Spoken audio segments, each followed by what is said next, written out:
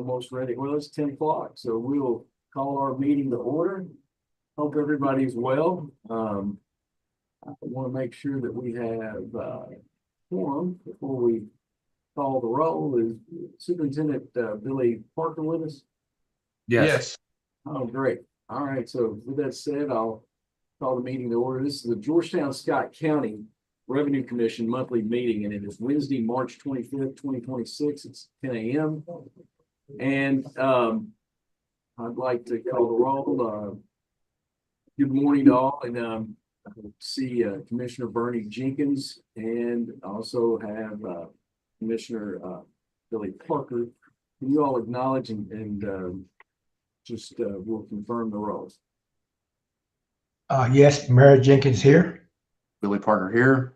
All right, so we have a quorum. We can conduct business. With that said, first item of consideration is approval of the minutes from the last meeting on 2/26/26. Are there any questions related to those minutes as presented? I make a motion that we accept the minutes as written. I'll second that. We have a second. Any other questions or comments? All those in favor, please say aye. Aye. Any opposed? Motion passes. Moving on, anxious to hear an update on our legislative session 2026 from Phil and Scott. So I'll turn it over to you all. Good morning, All right, everyone.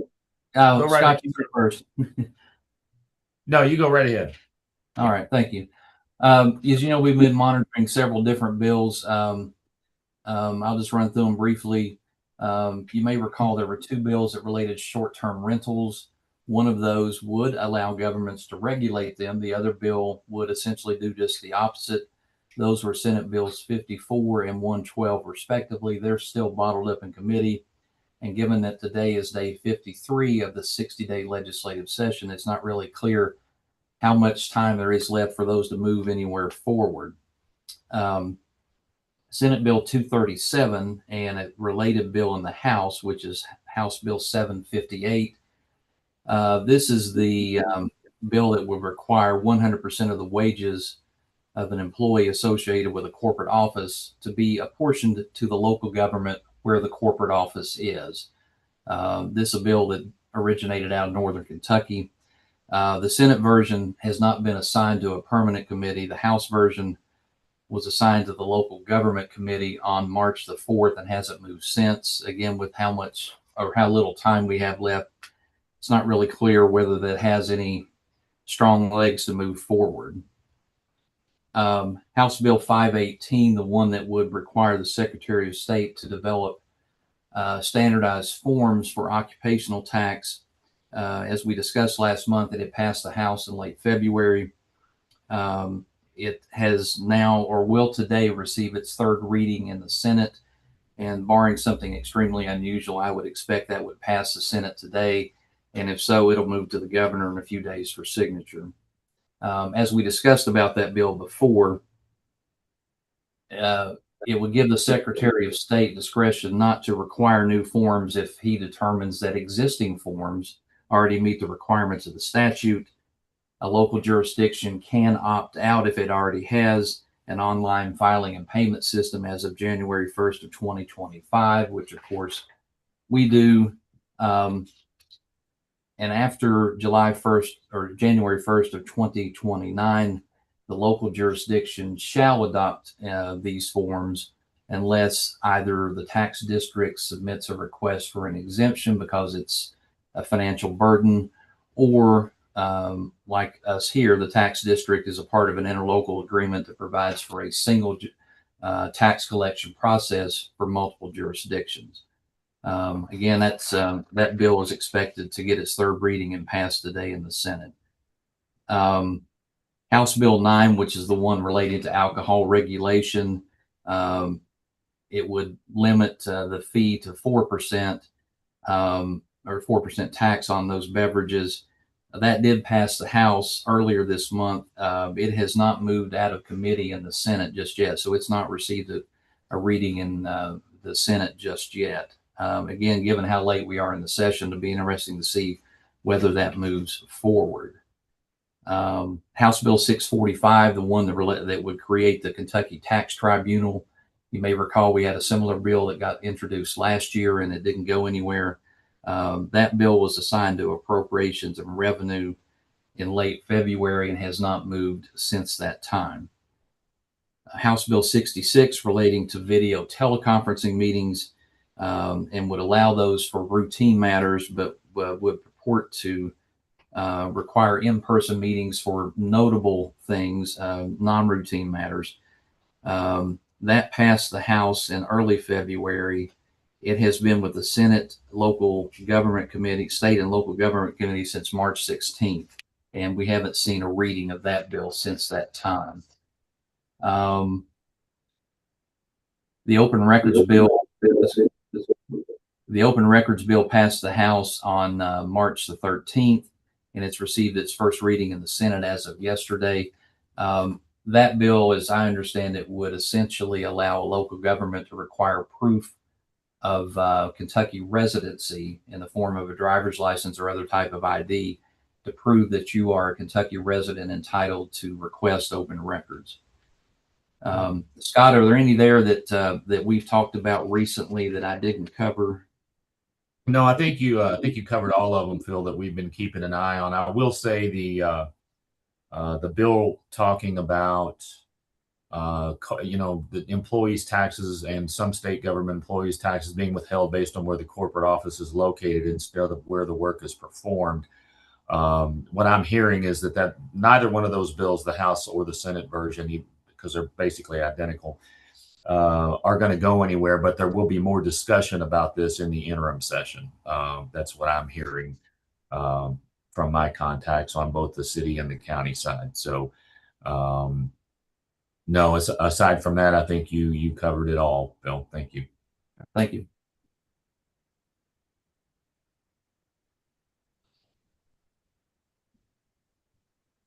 All right, that said then. Question, Judge Coven, Yes, sir. if I can ask Scott them a question. So it's my understanding that, and I had a conversation with our legislative representatives on the 25th of February during the city day, city night in Frankfurt. And, two of the key bills that we were making sure that we want to address to them to let them know the effects that those bills would have on our city. And one was the City Bill 9 with the alcohol. For us,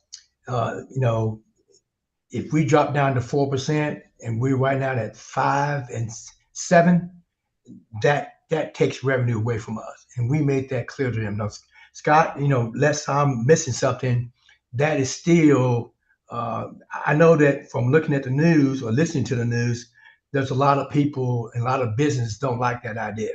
So, but am I wrong there or what? Well, it's kind of a mix in the alcohol community there. Some are for it, some are against it. The 4% that Phil referenced is the state. The state's going to add 4% on for them. But for the local jurisdictions, and Phil, correct me if I'm wrong, my understanding, we started where it was going to take everybody to 1%. So it would allow bigger cities like Bowling Green, Louisville, Lexington. They cannot apply these regulatory fees. They would be allowed to have 1, but then they wanted everybody else to go down to 1. And we said, well, that's not going to work. And then it came up to 3. Now it's up to 5. So if you're already at or above 5, you won't have to go lower. You'll stay at 5. But if you're over 5, you'll have to come down to 5. But the larger cities, they are still just 1% as far as the local. So that's my understanding. The larger cities will get this additional revenue, but only at 1%. And it's almost like you're grandfathered in if you're already at 5. Now, another provision in there, if you're below 5, so if you were a city that was at 3 or 4, you can't come up to 5. It essentially just freezes everybody that's below 5. You stay where you are. The people that don't have it get to go to 1, and then you can't go over 5. So I know in the city of Georgetown, my understanding is Buy the drink is 5. 75. Yeah. So We have buy the 5 and you drink have is 7. 5. But So that retail 7 package has to sales. come to 5. Yeah, that's my understanding. Is That's- that correct, Phil? That it'll so you'd keep your buy the drink at 5, but your package sales at 7 would come down to 5. Is that right, Phil? That's my understanding. Yes. So Yeah. that again, that still would cost us, a little money. Yeah. Okay. Yeah. And the other one was the one where they're trying to house. Uh, is it 516 or 517 or 18, where they're trying to limit the planning and zoning's ability for development, allow these developments to kind of do what they want to do, and and skate through without some of the local jurisdictions that we have, which we all and I made it clear to them, to our state representative, that we know what we want our city and counties to look like. So we should be the one to decide, because you don't want some development to be coming in and they're just packing them in, because when you start packing in and growth comes in, you got to provide those services. So they're still looking at that. So hopefully we can they don't push the button to take away some of the local jurisdictions on how we think our cities and counties ought to look like. So Yes, Mayor, that's correct. It is and I don't know if you'd want to call it attack. That may be a strong word, but it's an affront to home rule and local control. We know best how, and we know what our citizens want. That's why they elect you folks to these positions, to make these decisions after taking their input. We know best. It doesn't need to be dictated by Frankfurt or something else. Phil, is that the pretty good summary of the two bills? As you mentioned, there's one that says they can't do, cities can't regulate, and another one that says just the opposite. Is that correct? In terms of the short-term rentals, yes. I mean, those bills were almost diametrically opposed, and they're both still bottled up in committee and have not been assigned to a more permanent committee for further review. Okay. thank you. You're welcome. Other questions? If not, then we'll move to the next agenda item, which was a municipal order for disposal of surplus assets. Those surplus assets, the description that's been shared with me, no longer needed or used by the Georgetown Scott County Revenue Commission, included legal folders, letter folders, hanging folder binders, receipts, red pencils, various office equipment, and such. Any questions about that? And I see Scott's got this, or Zach's got this up on the screen as well now. Any questions or comments? I'll just add that, this is primarily the last of our filing cabinets after we digitized all of our paperwork, and then some other items that are also no longer used, a lot of it associated with either old technology or paper products and things of that nature we don't need. We will be sending this around. All three of the commissioners will need to sign this before we move forward with the public auction to dispose of these items. So be looking for that in inter-office mail. How will you, who will handle the public auction? We work with Tracy at the City of Georgetown, the city clerk. We piggyback on their surplus auction. She kind of guides that. We give her the list, and we cross all the T's and dot all the I's based on that. That's her wheelhouse. Gotcha. Scott, I'm sorry, go ahead, Judge. No. Any other questions? Go ahead, Mayor. Yeah. Well, Scott, did you not have some folders or some cabinets before? I think filing cabinets. Is that listed in those too? I remember you had some of those cabinets, because we're going to be moving into our new place hopefully in the next month. We were looking at possibly some filing cabinets that you all had before. Are those still there? Is this part of this, or is this something different? Most of them were given away. I think city and county school board. I know the water company took them. There's a few left. I think if Pam's on here, she might know the inventory better. I think the ones left are the ones without keys or locks. So they were a little bit less desirable. That's why those are kind of the leftovers. So if that would work for you, I guess we could hold those back before we put them on auction. Well, yeah. Would we have to modify the surplus order, Phil? Well, I think that would depend on how many cabinets the mayor might take. No, don't worry about it. No, just go ahead. Just go ahead. No, I don't want you to change everything. You got everything set, so let's just go with that. I think we'll be all right. Okay. So, if there's no other questions, then, I'll read the, municipal order, and then would there be, a consideration of a motion to approve the order as read? Whereas the items identified in the attached list that was just shared, acquired for use by the Georgetown Scott County Revenue Commission are not being used by the commission and should be declared surplus and disposed of according to KRS 45A 425. It is hereby ordered by the Georgetown Scott County Revenue Commission that the items acquired by the commission as listed, which is attached hereto and incorporated herein by reference, are declared surplus, and that the directors authorized to dispose of the same by the methods indicated for each item and assign all relevant documents. I'll make a motion. I'll second that. Motion second. Any other questions? All those in favor, please say aye. Aye. Any opposed? Motion passes. Thank you all very much for that. We will move to 6 and turn it over to Scott here. All right, thank you, Judge. We have been invited. Last year we spoke to the Kentucky GFOA, which is the Government Financial Officers Association, telling our story about the Georgetown Scott County Revenue Commission. The Municipal Attorneys Association of Kentucky has asked us to do the same this year. It will not be a virtual meeting; it'll be in Elizabethtown. Hillary Hightower serves with me on the KLC Board of Directors. She's their representative on the KLC board, and she may be the MAC president this year. I'm not sure. She's for the city attorney in Bowling Green. I've known Hillary for years. So they have asked us to present. So we're in the process of working on that. That is a Friday in May the 15th. So the plan is for John and Phil and I to go down. We're going to take the presentation we did for the financial officers and tailor it for attorneys, municipal attorneys, and we'll be telling our story down there on May 15th. So just kind of an FYI, let you know about that. Appreciate it. Any questions, comments? All right, we will then transition to number 7. Penalty and interest abatement requests. I'll turn it over to Scott. Thank you, Judge. Okay, we have 2 this month, an approval and a denial. Taxpayer A they are requesting $75 in late filing penalties for net profit tax year 2024.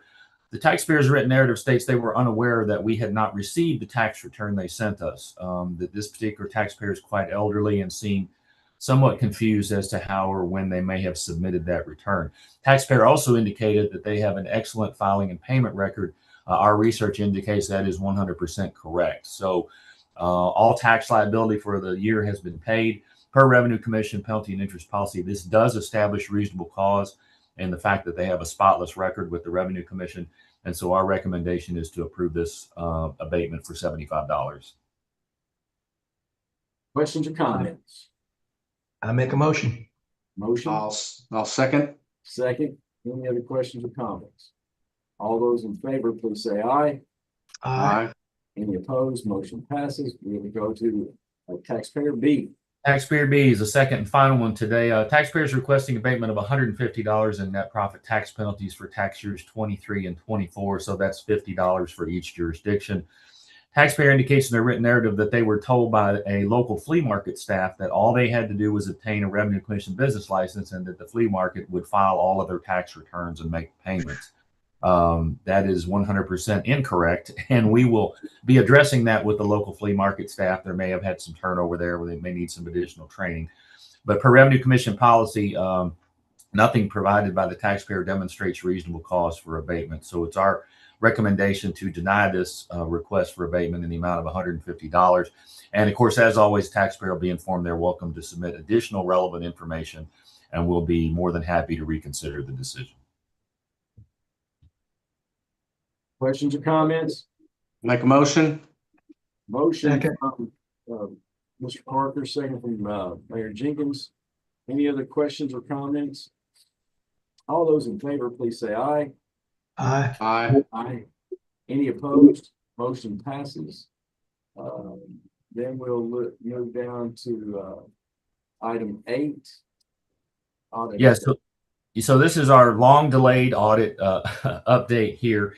The city and counties, or city and schools auditors have reviewed this and given the okay that we can proceed with the final. But Judge, I've not heard anything from the treasurer. That's the only thing at this point we're waiting on, is the approval from the county to move forward with the final for the Revenue Commission. I will consult with Michelle and ask her to reach out. All right. Thank you, sir. Right. Number 9, general discussion. Scott. All right. So there are 2 new projects from the Cabinet for Economic Development that came up in February. They do not impact occupational tax, but just they did pop up here in February. They're grants and aid for training for the Bluegrass Training Consortium and Kentucky Alliance Training Consortium. Every year these grants usually come out. So nothing new that would impact occupational tax. No wage payroll tax would be going back to these particular companies at this time. Oh.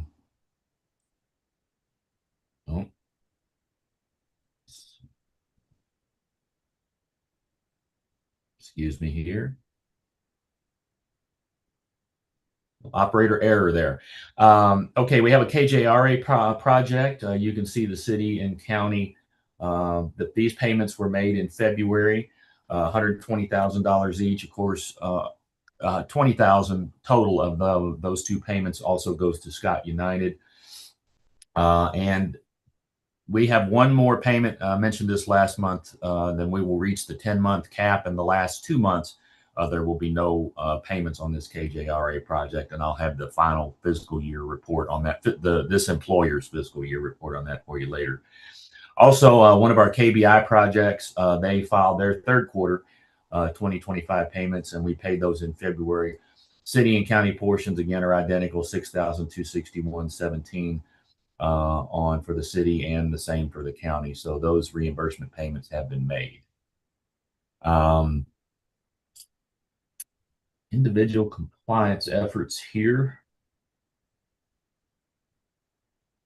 Hang on here.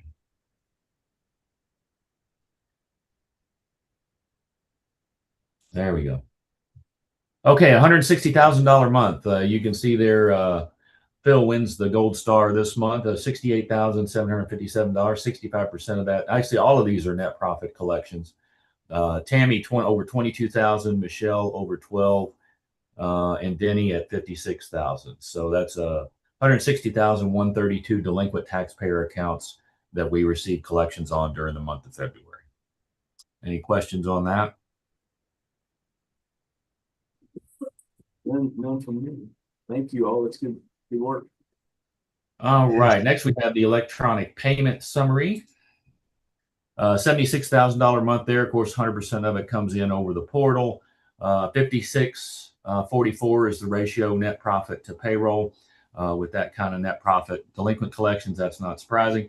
And normally the e-checks is around 90%. A little bit more credit card usage this month. So 77 and 23 there is the ratio on those. Any questions on the electronic payment summary? No, sir. All right.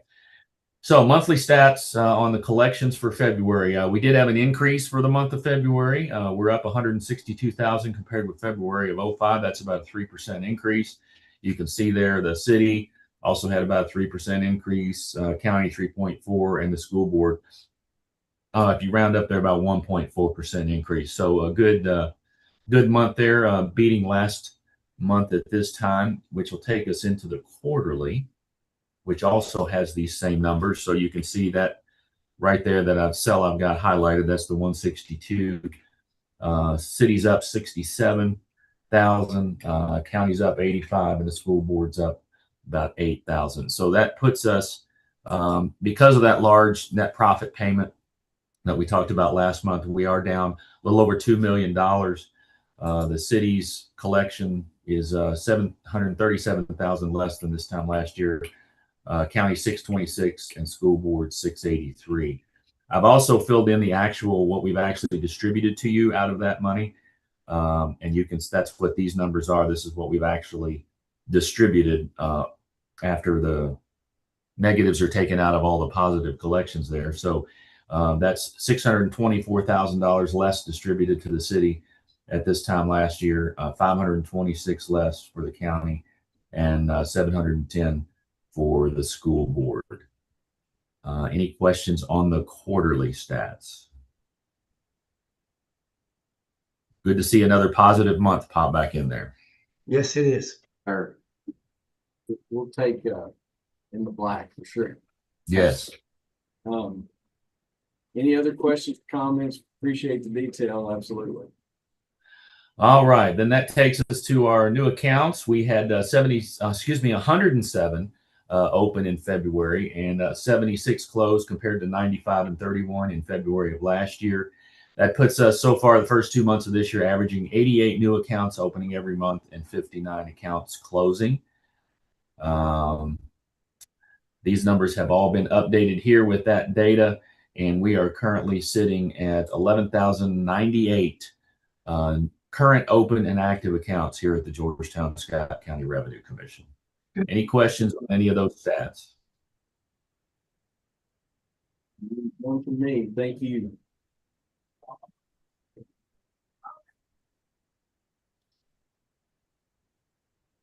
All right, and there are 5 Wednesdays in April, so our next fourth Wednesday meeting, regularly scheduled, will be April 22nd at 10 a.m. April 22nd. Does that meet everybody's calendar? Is that good for everybody? Hang on just a minute. I think so. Let's see. Yep. Yes, sir. Let me see. Hang on just a minute. I think we're good here too. Let's see. Yep, we're good here too. Sounds good, man. Appreciate all the detail and data. Any questions or comments? And if not, would there be a motion to adjourn? I'll make a motion. I second it. Motion second. All those in favor? Aye. We are adjourned. Appreciate you all. Thank you. Thank you. Appreciate you. Thank you for your support. Appreciate it.